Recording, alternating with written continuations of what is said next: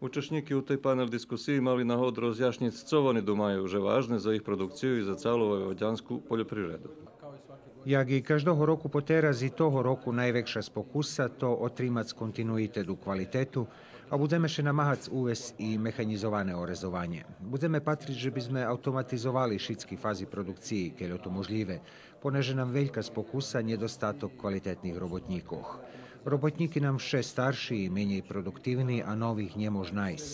Chceli by sme aktivnejšie učestvovať na inoženým trgovišću i buď tam konkurentni, a istočasne nešmeme straciť kvalitet. To nam spokusa číslo 1, nieljem u 2020, ale i u slідujúcich rokoch.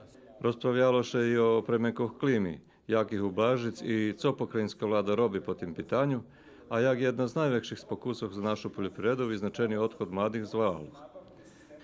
Že by to spomalšela, pokrajinská vláda potrimuje mladých so start-up sredstvami za počínanie produkciji.